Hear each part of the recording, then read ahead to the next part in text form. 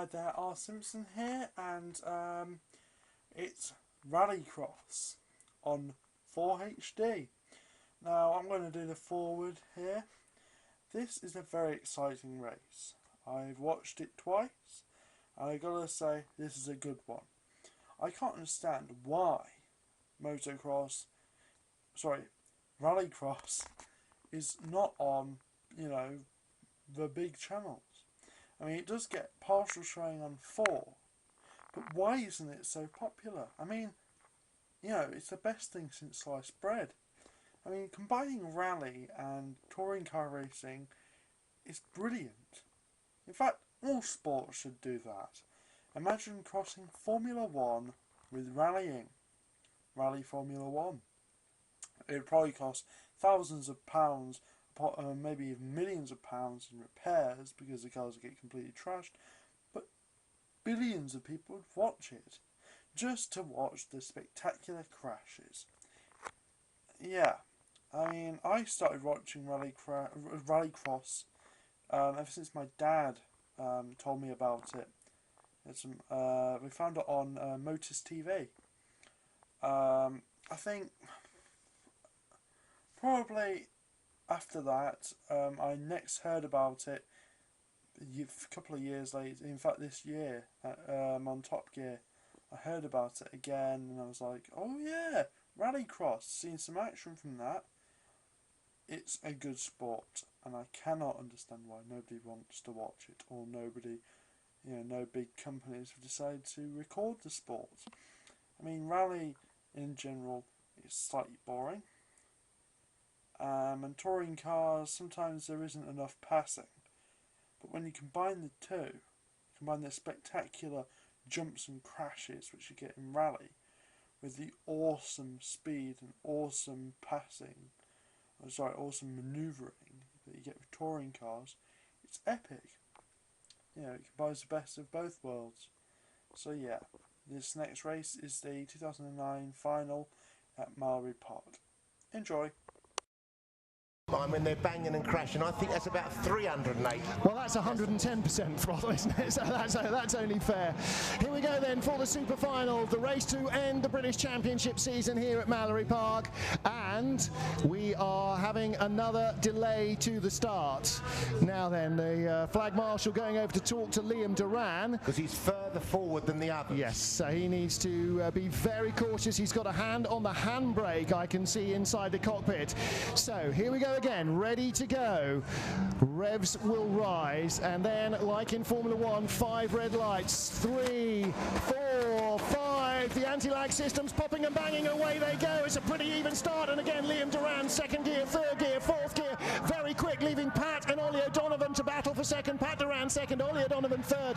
4th is Andy Scott, 5th place is David Binks, and in 6th position Jamie Bird ahead of Julian Godfrey. Dave Bellaby just leaves the line again now, that car having all sorts of starting problems, but it is Liam Duran that leads. Pat Duran, Ollie O'Donovan, both former British champions, and Pat Duran of course now the new British champion. He'll carry the GB1 plate into next season, Pat Duran. And Liam Duran, well, he's been dominant so far, Barry Lee, and it doesn't look like he's going to give them any chance to catch him. Super smooth, look at him. Pat come round, they're smooth. Also the B200 smooth. They're all smooth now. They're all looking for a good race to try and make up some time. They've got to push hard, and they've got to keep these cars smooth. They're talking about something like 600 horsepower here. Wild bucking Bronco moment there for Pat Duran, and Ollie O'Donovan looked like he was close right down on the inside. Massive tank slapper behind from Andy Scott, just gets that yellow car straightened up, but only just to avoid the tyre barriers. And Ollie O'Donovan nearly got alongside Pat Duran for 2nd, but his car then hit the ruts and he flew all over the place as well. Dave Bellaby carving up the order further back. He's catching Jamie Bird, but this battle for 2nd. O'Donovan going left, going right, outside, inside, and he'll go over the top if he needs to make the pass. I think he will make the pass. He's looking very quick. Pat is slow here. Oh, he's on the inside. Here now, cut to the inside now, going through here. Pat's covered that particular corner. He'll run wide coming round this one, and they've got to funnel themselves between some tyre walls. Just about now you'll see them. That's it, they're through those 2 tyres, they're back onto the loose now. There's There's our race leader, Liam Duran. Now, worth bearing in mind that Ollie O'Donovan here, second of these two cars in that Ford RS200, he's not driven that car before. That's not his car, so he spent all the practice learning it, and now he's finally starting to get to grips with it and learning how to really race it, and he's giving Pat Duran a very tough time. Pat's driven this car in his time, Liam's driven this car in his time. It's now with its, well, I don't know, at least third careful owner when it's been in the same family, and Ollie O'Donovan is definitely looking to get in front of the old man in front. Ollie's trying his best there. He's literally riding the wall of death going around that last right-hander. This is where he's quick.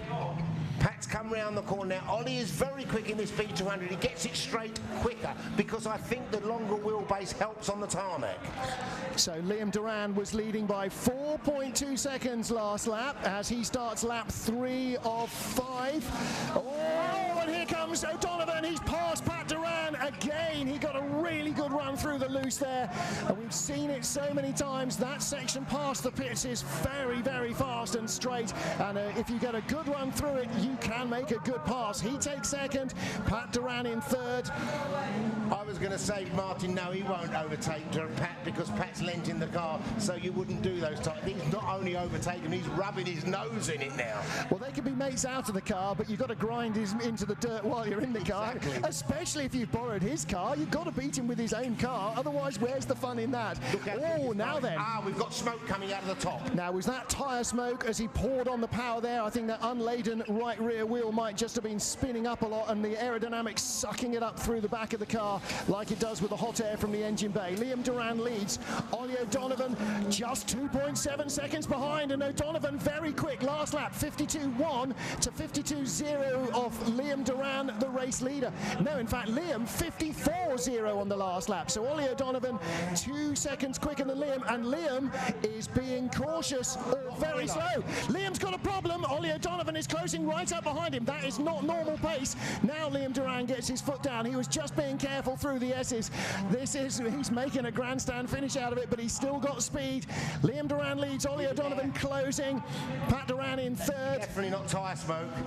Oh, a bit of I tell you what, it's tyre smoke as well as whatever it is. Looks like oil smoke and tyre smoke coming out the exhaust. So here we go, checkered flag waits, and Liam Duran is going to win the Mallory Park Superfinal. Rallycross comes back to Mallory Park for the first time in 30 years. Liam Duran wins in a Ford Fiesta. Well, that could almost be Duran in a Fiesta. That could almost be a 30-year-old headline. Ollie O'Donovan smoking heavily in second place. Oh, and Andy Scott, well, he spun after the line, so he still finishes in fourth ahead of David Binks and Julian Godfrey. So again, yellow checker, and Dave Bellaby in seventh place. Jamie Bird there right at the back. This is going to be very interesting the next time we're here at Mallory, because it's showing up that the finish is quite dangerous because they're going for it and they're not worried what happens once they've gone past the finish line. Absolutely. I believe we're going to have some donuts by O'Donovan, and that will be a shame if he does it because I don't think there's a lot of oil left in the car. Not very much.